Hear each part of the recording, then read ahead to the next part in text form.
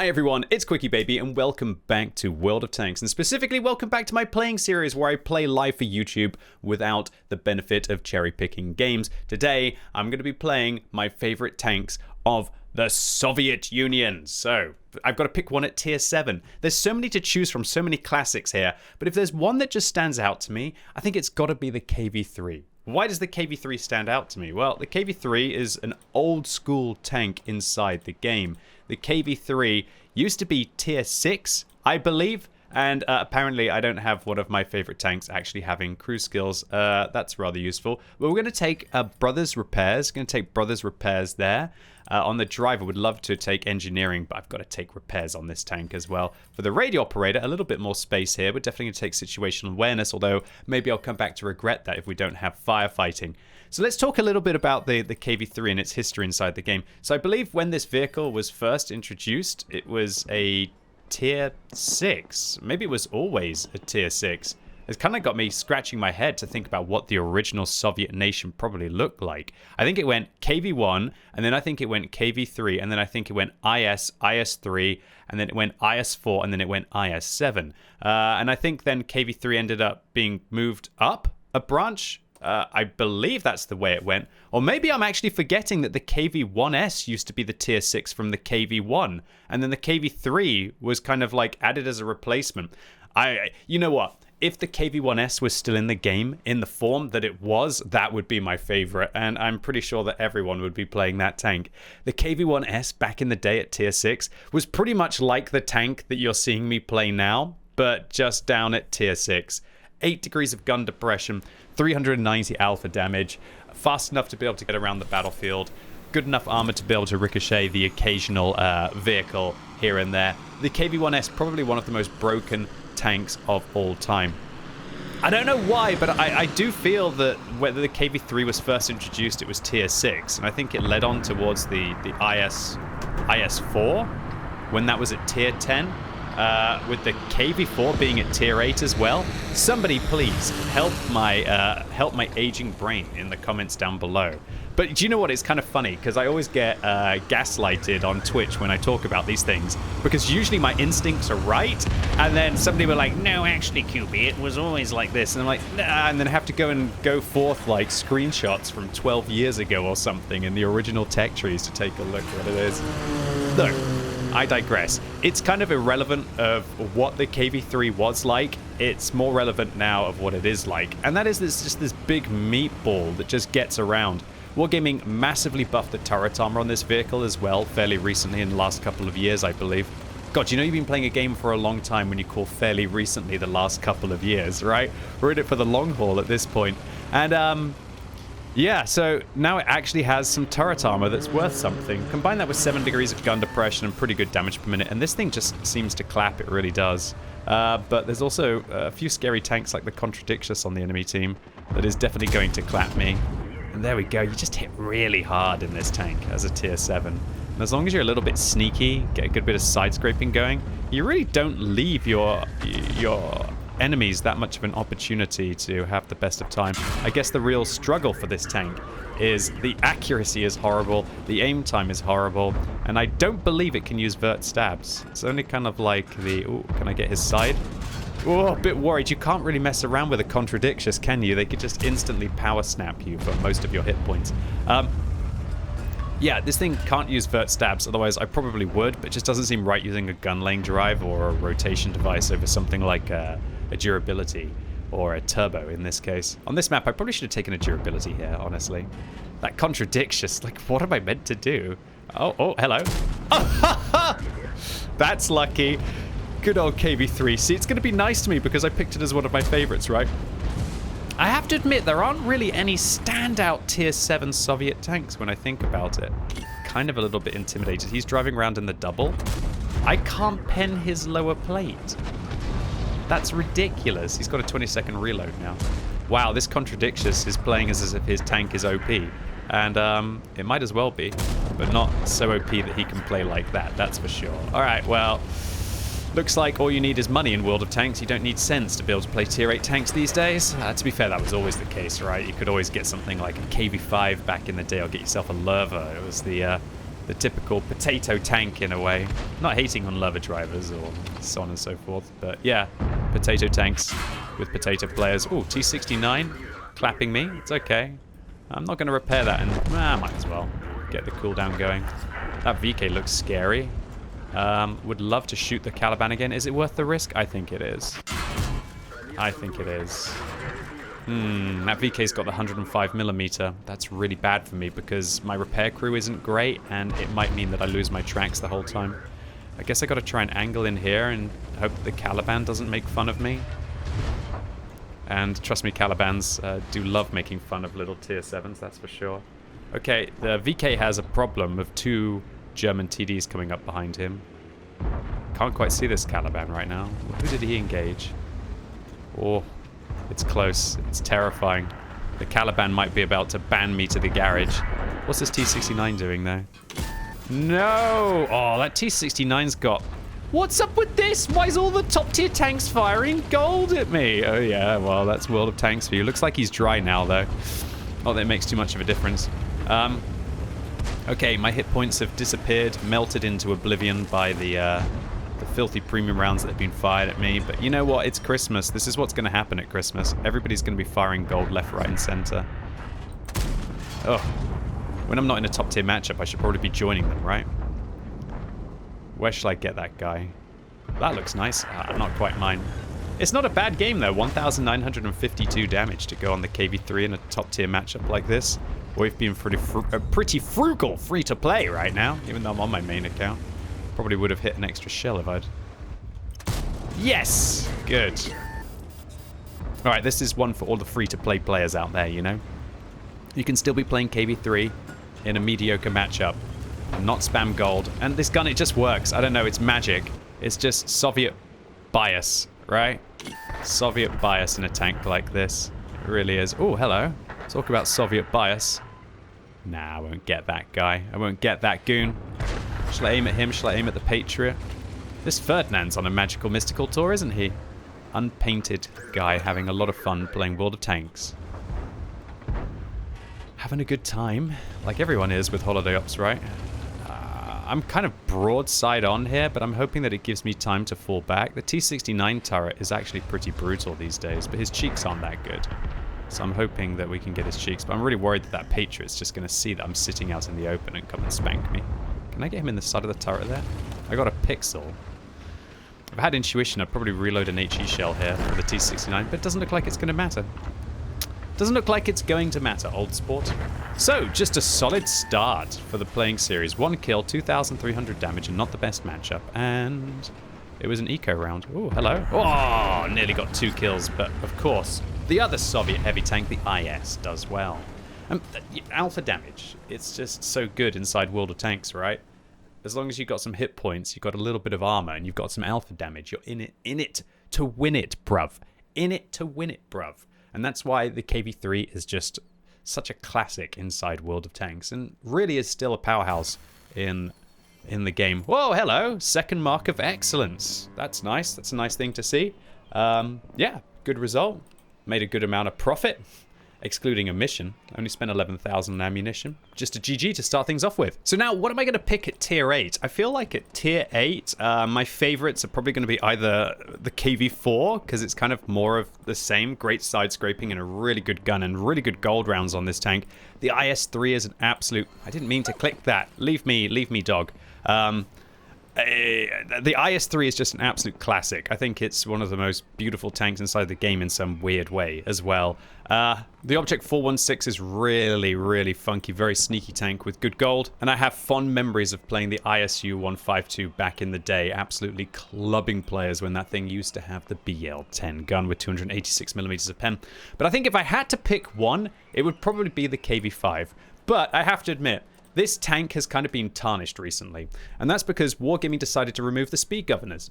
Speed governors were a fantastic consumable that was wonderful for free-to-play players. It was had a one-off purchase price of either 3,000 or 1,500, depending on when you bought it for discount or not, and you could use it, and it never got used up. So you one-off purchase, a consumable that lasted forever, and when you turned it on, it would boost your engine power by 10%, but then damage your engine, I believe, when you were running at more than less than 50% top speed limit. Wargaming removed it because I guess they don't like people playing the game cheaply. And if you want to have a 10% engine boost, you should have to pay 10,000 credits per game with what is now excellent fuel and available for all nations. So I'm going to go have some fun. All right. I know what you might be thinking. Oh, take your KV-5 into the town. And that's cool and all. But I'm going to go have some fun and make my way to A1. I think this could be hilarious. I set my KV-5 up for maximum stupidity. As you can see, I love ramming in this tank. I love having a little bit of a push on a medium tank flank. Actually, this looks really stupid. This looks like this is very, very stupid. But this is why I like playing the KB5, okay? I play this thing like an idiot to see whether we can make some magic happen. And when you get into a matchup like this, you got to try it. Now look, don't get me wrong, by far the most sensible play here would be to make my way into the town and grind through the heavies like the IS and the Kilana and so on and so forth. But there's something about making push plays in the KB5 along a medium tank flank where this vehicle just feels oh so amazing. So I've set my KB5 up in a very interesting way. Durability turbo and a modified configuration. What this modified configuration means is that I don't really have to worry about getting tracked too much. I've got a plan. I'm going to just drive across here, aim at the poodle, and he should struggle to be able to go through my thick Soviet frame. Hopefully the artillery doesn't track me. I'm going to use my med kit, and then I'm going to confuse him with my bottom. There we go. The bottom's very confusing for tanks. Okay, the Boras got a good kill in. Okay, good. We've got E25s towards the center. Hopefully that Boras can chill, and we can continue our warpath towards the enemy team. And this is where I like to take this tank. Like, putting pressure on mediums with this vehicle inside a nice matchup can make this thing absolutely deadly. Now, don't get me wrong, I wouldn't have done this if I was playing against a full tier 8 matchup. I wouldn't have done this against tier 9s, and I definitely wouldn't do this against tier 10s, because this thing has preferential matchmaking, and it never has to meet tier 10 tanks, which is why it's so awesome.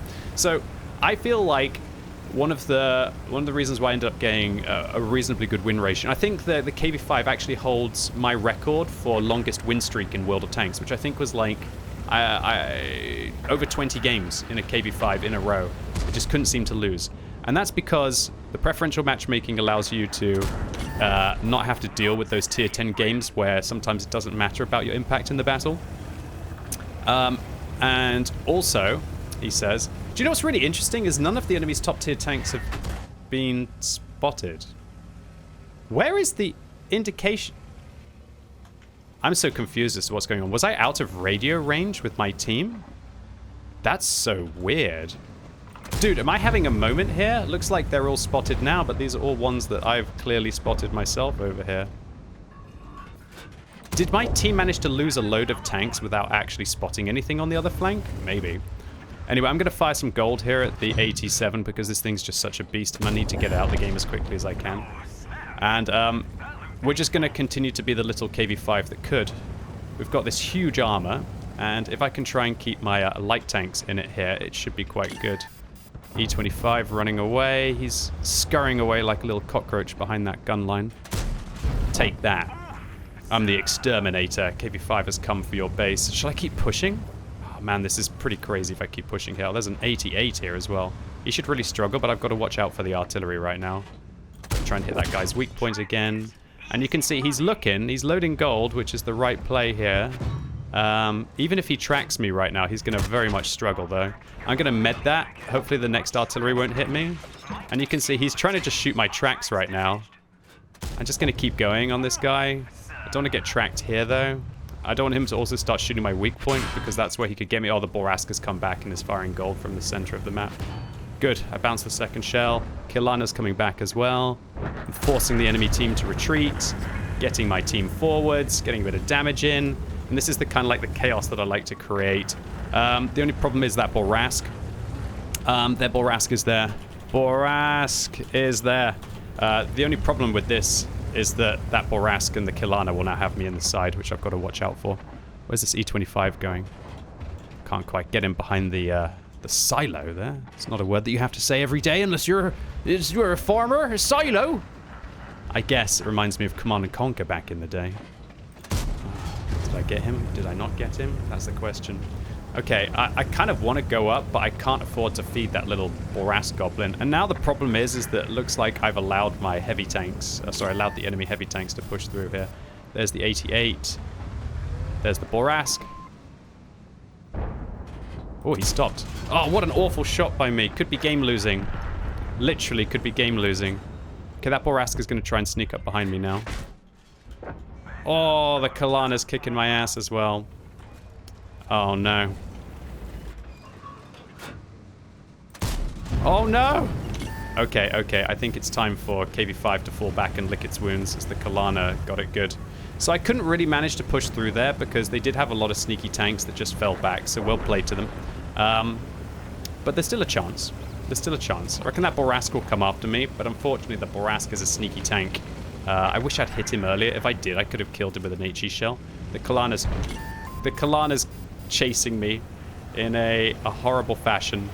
By the way, if you're wondering, I didn't blacklist the XM57. I just muted him because I was going to do what I was going to do anyway, irrelevant of him telling me to fall back, if that makes sense. Okay, I'm trying to think about where I can make my stand, so to say. I don't think I can fall all the way back. The Borask would be able to dump me there. Oh, there he is. Just gotta hope that my team managed to get this goon out. Oh, he caught me. Nah, well played. Actually bounces a shell there, though. Oh, I really wish I'd been able to catch that guy. Uh-oh, E25 coming in hot.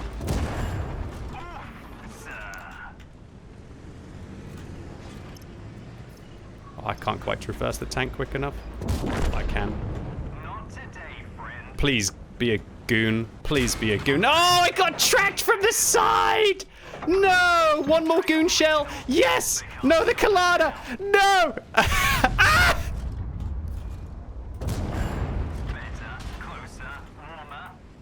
This is why I love KB5, my dudes. I'm sorry, this is why I love KB5. Like, you just get this armor, and, look, I probably should have gone towards the heavy tank flank. Although, to be fair, it looks like this XM57 had a good time over on that flank as well. This is why I love the KB5. Look, I did 4,500 combined.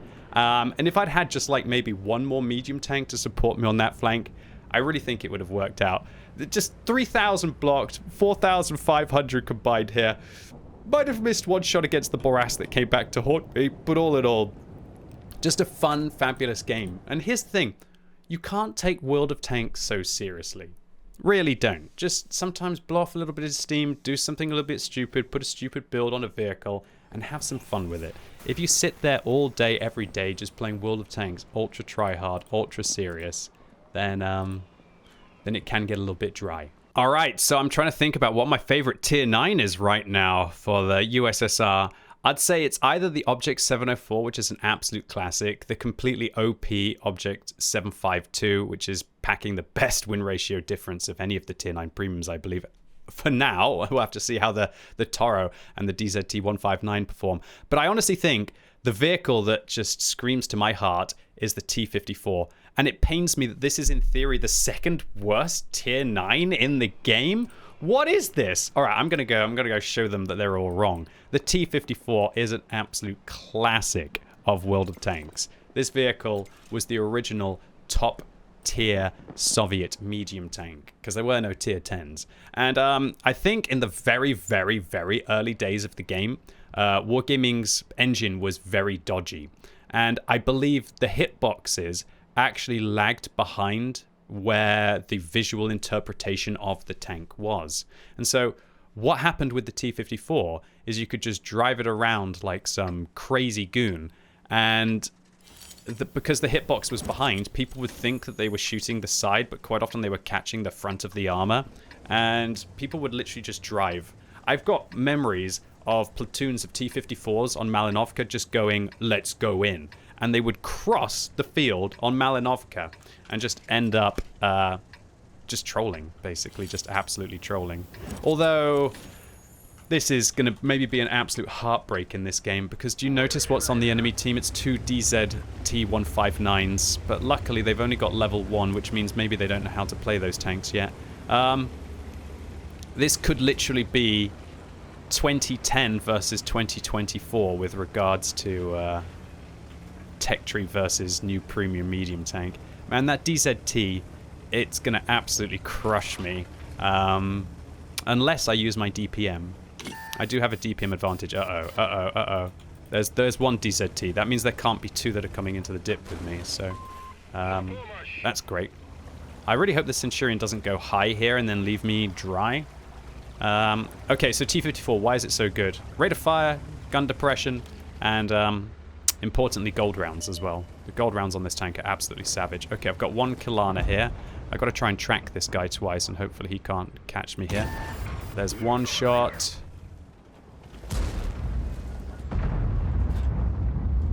There's... Wow, that didn't take his tracks off. Quite surprised about that. Just want to try and lower that Progetto's health a little bit. He's a big threat right now. If I can manage to catch this Kilana. Oh, I shouldn't have allowed myself to get penned there. Oh no. Not like this, T-54. Not like this, T-54. Not like this, T-54. Oh, not like this, T-54! Oh, that Kilana wants me. Oh, I'm so low. I haven't used my armor very intelligently this game. Oh. At least the Progetto's dead. I haven't used my armor intelligently at all, my friends. But hopefully my team can manage to get this guy in the... Okay, okay, good. Okay, good. I didn't want to block the Hori 1, but really there was no need for us to be going around that corner. Oh, goodness gracious, I got my butt handed to me there. Oh, is that Char coming in? Oh, thank God he's a tourist. Okay, okay, Hori. That Hori's having a hard time, that's for sure. Not as hard time as this Char Future 4 is now. Darn it, that was brutal. Getting set on fire so early in this game. Ah, I missed the shot on the Char, my bad. So yeah, I just didn't play very intelligently there. I could have probably looked after my armor a little bit better against the Progetto. I think I could have also just sat. If you're wondering why I was so aggressive there, the reason why I was so aggressive there is because that DZT could have just pushed me at any opportunity, you know? Oh my gosh. What? How can I bounce that shot?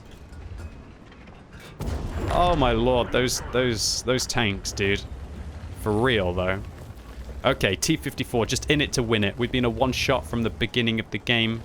Now we're ready to carry, right? Is that Lanson behind a rock right now?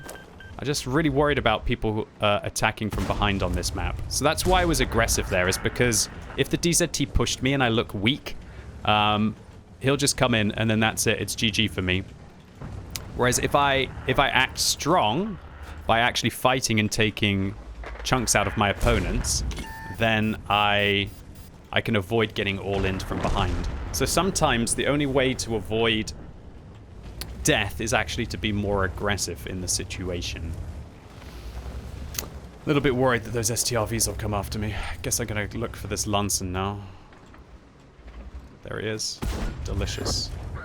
Nice tracking shot. Get 500 assistance there. Beautiful. Good old T-54. Just gotta be a little bit careful here. There could be a Squall and friends. Although a Squall's gonna struggle to pen me reliably from the front. There's the Squall. Just wish I had a few more hit points so I could have made this push play a little bit more intelligently. Contradictious. He didn't see me. That's good. He'll start to run, I think. Is he running? Yes, he's running. Dang, I couldn't even get a shot into his side. He's fast. He's running. Okay, he could have loads of TDs at the back, but I feel like I gotta go after this guy anyway.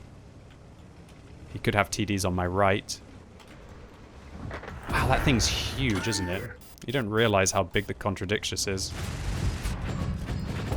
Soviet armor just holding up. Told you he would struggle to go through me frontally. Beautiful. And this is where, like, the T-54 is so good. You get yourself into a matchup against tier 7s and tier 8s. It just feels like it does have really strong armor still. Talk about strong armor, though. Oh, I can't track him. One through the front. Goodness gracious. Well, look, definitely not the game that I would want to have in the T-54. But you know what? I've had worse games of World of Tanks. Yeah, 3,000, like 3,600 combined. It's a reasonably good game, and in theory this is meant to be the second worst tank with regards to win ratio difference. I honestly think this is a fabulous vehicle if you set it up correctly and you're willing to use the occasional gold round. I didn't play perfectly in this game, that's for sure. I should have probably looked after my armor a little bit better against the Progetto. I should have probably thought about the Kalana coming after me. But all in all, still another solid result. And these Soviet tanks, they're just so forgiving. You don't have to play perfectly, because sometimes they're going to miss anyway. And you don't have to play perfectly because they just have forgiving capacities in other areas. Talk about forgiving. We won the KV5 game? Are you actually kidding me? That XM57 who threw shade at me at the start of the battle actually went on to get a Radley Walters medal, and with 10 seconds left and 5,000 damage, well done to you, my dude. You got 5k combined. I got 4,500 combined. I guess it was like a team effort. But hopefully I also made this Borask useful on the other flank. Well, GG. And well played to the Borask on the enemy team for coming back and going after me. Well, I did not expect that. So only wins today, apparently, in Soviet vehicles. Only wins. Best thing about the KV5 as well is making 100,000 credits profit, even though I spammed a lot of gold. So, but that's probably also just a Christmas thing. All right, so we've played the best tier 7, 8, 9. Now, ladies and gents, boys and girls, it's time for me to make a hard decision and to pick my favorite Soviet vehicle at tier 10. There's so many picks to make. I could choose the first Clan Wars reward tank, the ST-62 version 2. I could choose the horrendously OP 279E. I could choose one of my favorite light tanks in the game, the T-100LT. The Object 140 is a classic for all of the reasons that I like the T-54. The K91 is the new OP beast. I also am very much attached to the occasional ST-2 double barrel game. There's so many tanks to pick. The 430U as well. I think this is the best first tank for everyone to get in World of Tanks. But ladies and gents, boys and girls, I think we've got to have some fun. Let's play the first ever tier 10 tank. It is the IS-7. And yeah, I like to set this thing up a bit like my KV-5, where we go, oh, this is definitely not the map or the matchup to do that. Oh, literally, it's like every time I play tier 10 recently, it's like the game goes, your fun stops there, lads. Your fun stops there. So usually what I do in the KV5 is I set my vehicle up for full speed and I make big push plays and I have a really good time. This map is incredibly oppressive. Those push plays are not going to work. So what I'm going to do is I'm going to go boring durability and gun rammer build, and then I'm going to play World of Tanks very seriously. Okay, cool. So, look, IS-7, why is it good? Well, it's good because it has amazing turret armor, great upper hull armor, and it just laughs at its opponents while it sits there. These are the kinds of tanks that get featured in Wargaming's fancy videos where they want to try and make the Waffenträger Alfie 100 with gold not look that OP, right? It does have a couple of issues, I believe. I think that this port here is actually quite flat, and you can pen that. But apart from that... Well, let me clarify. I still think you need monstrous pen to be able to pen that. So don't go out there and try and shoot that and be like, oh, QB, I was shooting it with my IS-3 with regular rounds, and it wasn't working for some reason. Talk about wasn't working for some reason. I cannot honestly believe that M60 just so nonchalantly blocked a shot off his turret. That's an incredibly aggressive position for an M60. I like the play, though. He obviously just wants to farm, right? How do you want help, my dude? I want help as well. Does he want me to give up the position? Is that what he's suggesting? Or does he want me to push the M60? Dude, the IS-4 is just shoving. Got to watch out for the Badger as well now. You know what? I think I just hold here. Just be the Apocalypse armor and try and look for the shells. Man. Bro! This is not looking good. I've just got these players coming across and just firing gold down on my upper hull. Very tough. What we need is for our T110E3 to have some fun across the way. I think I've just got to hold here for as long as I can and try and see if this guy pokes a little bit. Oh, it's not going to work this at all. It's not going to work. This is just the ultra nightmare map and matchup for this tank. Okay, good. Better. Better. The M60 just doesn't care, and my T110E5 doesn't seem to care either. I gotta fall back then, I guess.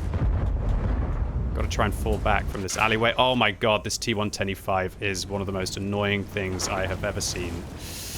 That M60 as well played to him. I can only respect the way that he's gaming. Okay. Utter nightmare game, boys and girls. That's all there is to say here, really. Just an utter nightmare game. Well played. Super aggressive play by the 340 heat pen and the 350 heat pen. And nobody on my team wanted to create a crossfire. Mr. T110E5 on my team, well, he used and abused me, and he's probably looking to try and find if he can go and throw some harsh words at the artillery.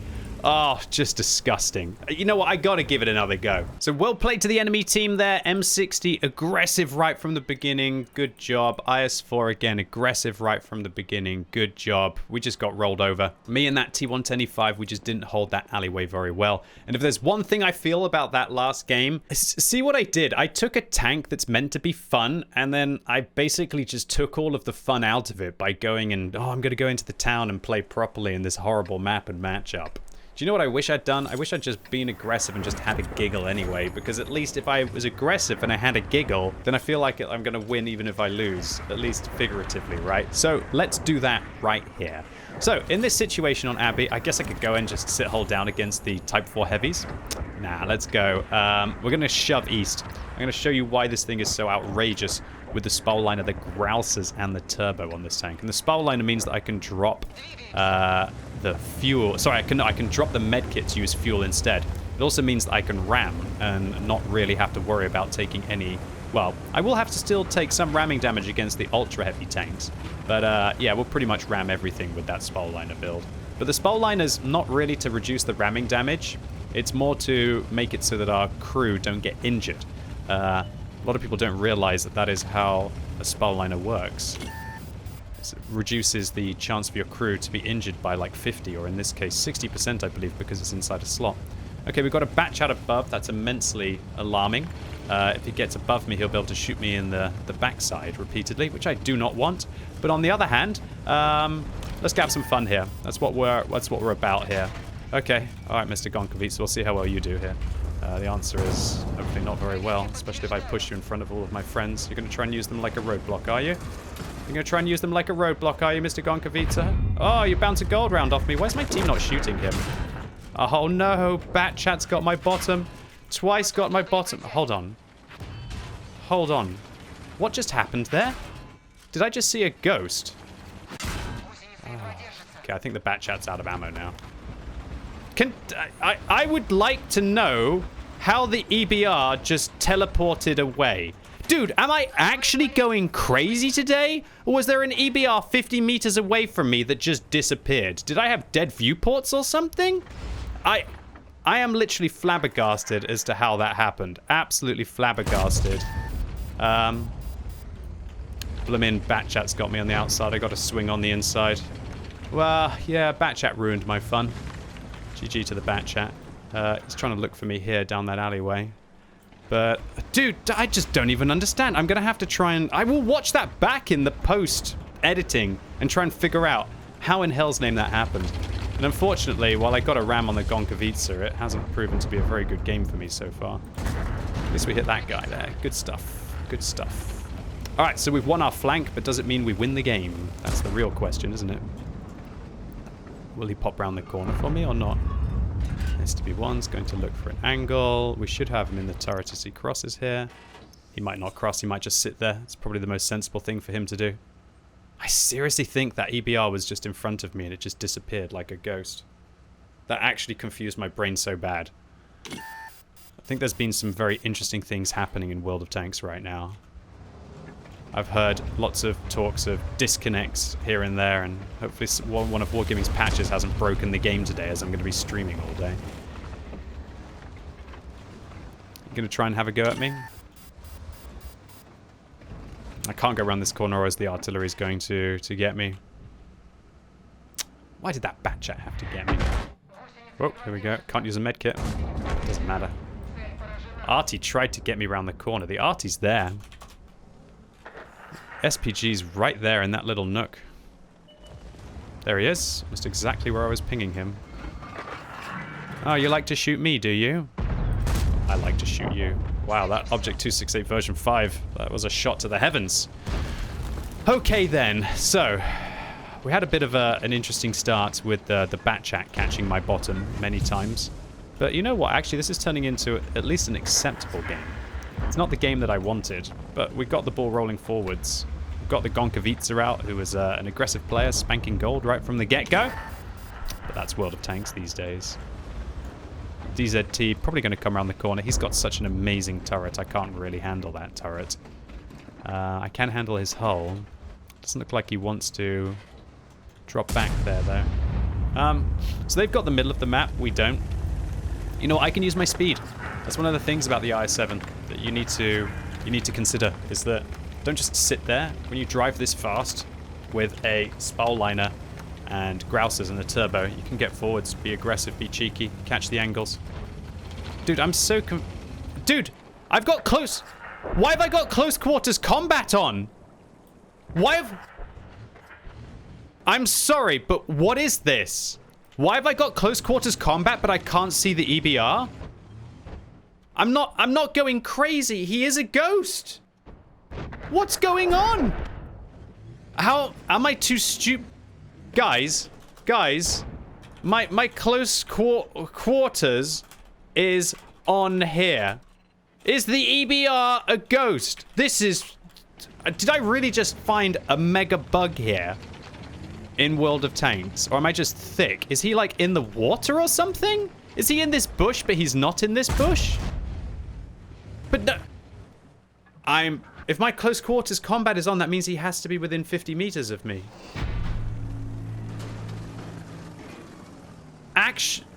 Actual what happened here? Actual what happened? Did the game just bug? It obviously has, but in what way? Did the EBR just disappear? I am so confused. I haven't been this confused playing World of Tanks. Now the victory won't end? Okay, it will? Why did the victory hang on for so long there? Whoa. That's weird. I expect there'll probably be a micro patch later today. Player question mark? They had 14 players? I don't even know what to say. You could not script this. This happens live for YouTube. I don't know what to say. One of the weirdest bugs I've ever seen in World of Tanks history. An EBR that just completely disappeared, pickled my brain for the rest of the battle. And then he doesn't appear in the enemy's team list, but he was there.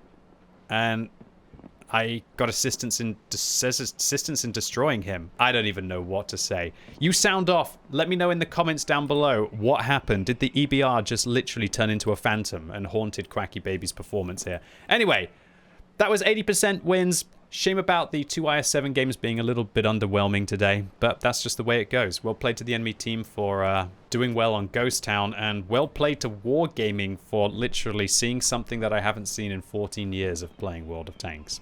Anyway, that's it for today, boys and girls. Those were my favorite Soviet tanks in the game, and for the reasons. Hope you enjoyed this video. If you did, give a thumbs up. If you hated it, give a thumbs down.